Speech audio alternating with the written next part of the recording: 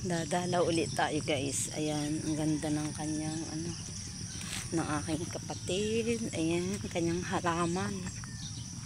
Oh. Malalago ng kanyang mga balinghoy, saging, kadyus, gabi, saging, niyog, lemon. Marami yan. Gumanda ang aming rambutan. Ayan. Ang aming lemon ay malaki na. Ayan, ang lemon namin. Galing pa sa Mindoro kay mother na ano ba yan? Punla. Kakatuwa naman guys. Nabuhay ang aming rambutan. Sana ito'y mabuhay. Kasi siyam lang itong puno natira.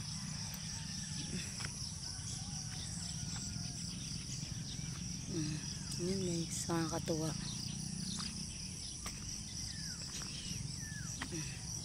Binakuran lang niya ito ng Madre Cacao. Kaya nandito ako para magtabas ng konting oras.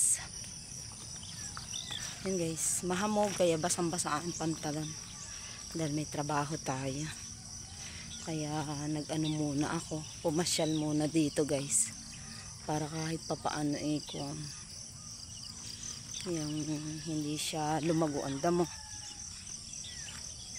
Hindi ba? Nakakatuwa.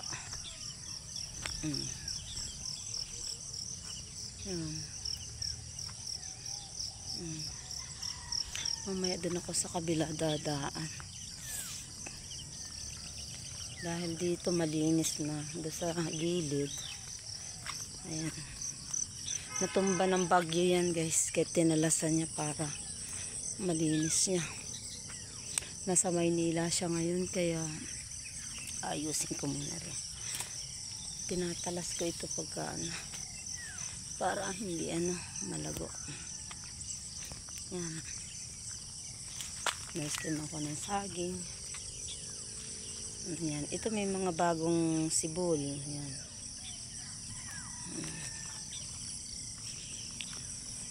Ayan, napakalinis na. Kaya kaunting lang ko din. Hindi na siya lalago ang damo. Kasi nalilinisan siya. Sa kabilang bakod, ayan, nalilinis na rin.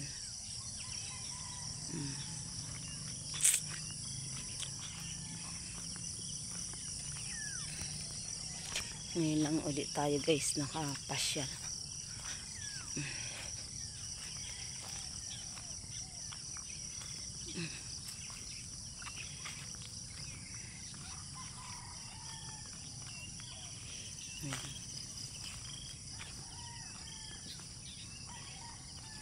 Hindi naman siya malago ang damo.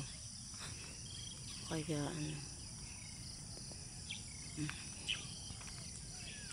guys, tatalasin ko rin bukas. Nagsibulan na yung mga mga balinghoy, mga bagong tanim. Ayan.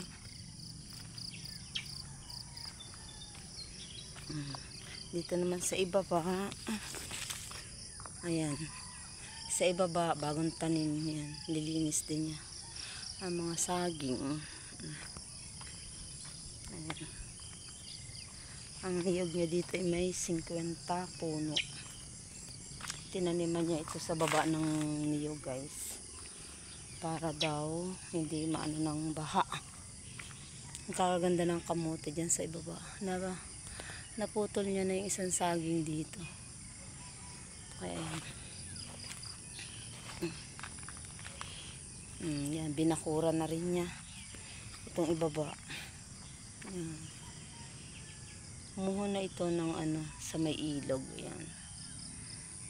Yan. Pero tinamnan pa rin niya kasi sayang din. Ayan guys. Thank you for watching.